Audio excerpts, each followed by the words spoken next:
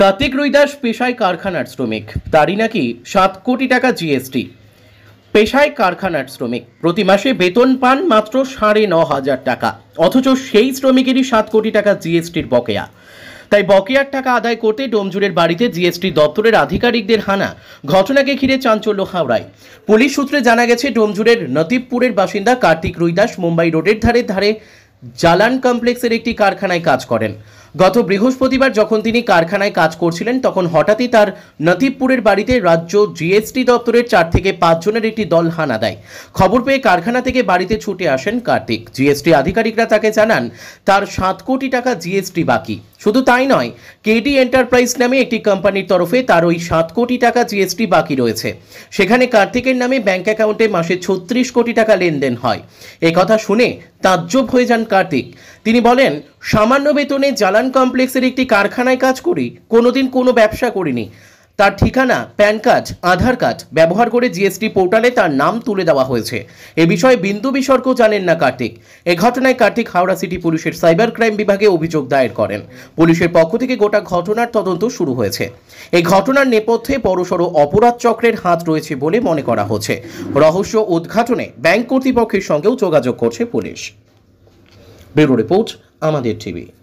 দাদা, আপনি তো কাজে গিয়েছিলেন, ওখান থেকে আপনাকে ফোন করা হয়, কি হয়েছিল, কি এসেছিল বলতে বৃহস্পতিবার দিন আমাকে বলা হলো যে ইলেকট্রিক অফিস থেকে বলছি, তো আপনি যখন ইলেকট্রিসিটি মিটারটা নিয়েছেন আপনার ল্যান্ডমার্ক উল্লেখ নেই কেন? আমি বললাম, স্যার আমি তো 3-4 বছর আগে ইলেকট্রিসিটি নিয়েছি, তো এখন ল্যান্ডমার্কের কথা বলছেন?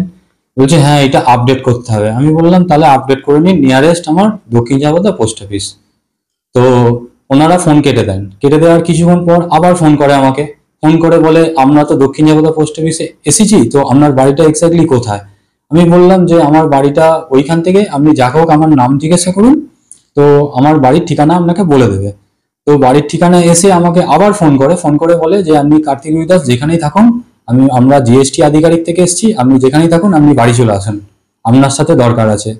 তো বাড়িতে এসে লক করে আমার মিসেস আমাকে সঙ্গে সঙ্গে ফোন করে বলে যে কয়েকজন লোক এসছে, তারা পরিচয় দিচ্ছে জিএসটি আধিকারিক থেকে এসছি, তোমার নামে 7 কোটি টাকা জিএসটি বাকি, তোমার নামে নাকি একটা কোম্পানি আছে যেটার মালিকানা তুমি যেখানেই থাকো চলে আসো। আমি সঙ্গে সঙ্গে কাজ ছেড়ে আমি বাড়ি চলে আসি। আসার পর ওনারা আমার ফোন দেখতে চায় এবং ফোনটা ওনারা নিয়ে নেয়।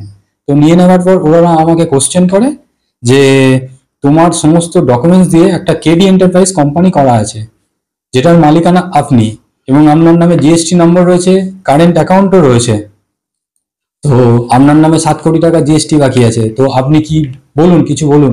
আমি বললাম, স্যার আমি কি বলবো, আমি তো কিছু বলার মতন কোনো ভাষাই নেই, আমার তো পায়ের নিচে মাটি সরে যাচ্ছে, আমি নিজেই জানি না। আমার বলছে আপনার সমস্ত ডকুমেন্টস দিয়ে খোলা আছে, আপনি বলতে পারছেন না? আমি স্যার আমি নিজেই জানি না। এবং ওনারা আমাকে নানা রকমের কোশ্চেন করে। ঠিক আছে, ওনারা 1:30 থেকে 5:30 পর্যন্ত ছিলেন। 6 জন এসেছিলেন, গাড়ি করে এসেছিলেন। পুলিশ নিয়ে আসেনি, ওনারা নিজেরাই এসেছিলেন। এমনকি ওরা ল্যাপটপ, প্রিন্ট আউট, টাকা গোনার মেশিন সমস্ত কিছু নিয়ে এসেছিলেন আমার বাড়িতে। তো যাওয়ার সময় ওনারা আমাকে এই সমস্ত কাগজপত্র দিয়ে গেছে এবং আমাকে বললেন যতটা পারো কার্তিক রুইদাস আপনি আইনি পদক্ষেপ নিন তাড়াতাড়ি, কেন আপনার নামে এত বড় একটা প্রপার্টি রয়েছে, আপনার নামে এত বড় একটা কোম্পানি হয়ে আছে, তো যতটা পারেন এর বিরুদ্ধে স্টেপ নিন। এবং ওনারা আমার থেকে লিখিত নিয়ে যান যে এই জিএসটি নম্বর, এই কোম্পানির বিরুদ্ধে আমরা যদি আইনি কোনো পদক্ষেপ নিই আপনি কোনো হস্তক্ষেপ করবেন না। আমি বললাম হ্যাঁ স্যার, আপনারা যতটা পারেন আপনারাও আপনার দিক দিয়ে চেষ্টা করুন এবং আমিও আমার লয়ার মারফতে যতটা যা পারবো আমি চেষ্টা করবো। হ্যাঁ, অভিযোগ আমি 3 জায়গায় করেছি, কমিশনারে করেছি, সাইবার ক্রাইমে করেছি আর ডোমজুর পিএসে করেছি আমি। তো আমার উকিল মারফতে করেছি। এই যে আপনার ডকুমেন্ট যে লিক হয়েছে, কিভাবে কি বলে কিছু মনে, সেটাই তো স্যার আমি মনে করতে পারছি না যে কিভাবে আমার ডকুমেন্টস, সমস্ত এই যে 3টে ডকুমেন্টস ওনারা বলছেন যে লিকেজ হয়েছে, Aadhaar card, PAN card, electricity bill, এই 3টে জিনিস কিভাবে লিকেজ হয়েছে আমি নিজেও বুঝতে পারছি না। আপনার বাড়ি কোথায়, এখানেই বাড়ি? আমার বাড়ি হচ্ছে দক্ষিণ জাবদা মঞ্চনতলা আদি বাড়ি, বর্তমানে আমি খাটোরা পূর্ব পাড়ায় থাকি।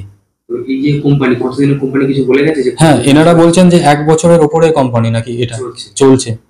তার মধ্যে আপনার কোনো ডকুমেন্টস কোনো জায়গায় দিয়েছিলেন, নতুন কোনো জায়গা বা কোনো কেএসি নিয়ে গেছে? না, এরকম কিছু নিয়ে যায়নি। তো 1.5 বছর আগে যখন আমার কাজ ছিল না, বিভিন্ন কোম্পানিতে আমি আমার সিভির সাথে আধার কার্ড, প্যান কার্ড এটুকুই আমি দিয়েছিলাম, আমার মনে আছে ভালো, ঠিক আছে। কিন্তু এই যে এখন এত বড় একটা টেনশনের মধ্যে রয়েছে, তো কিভাবে চলছে আর পরিবার?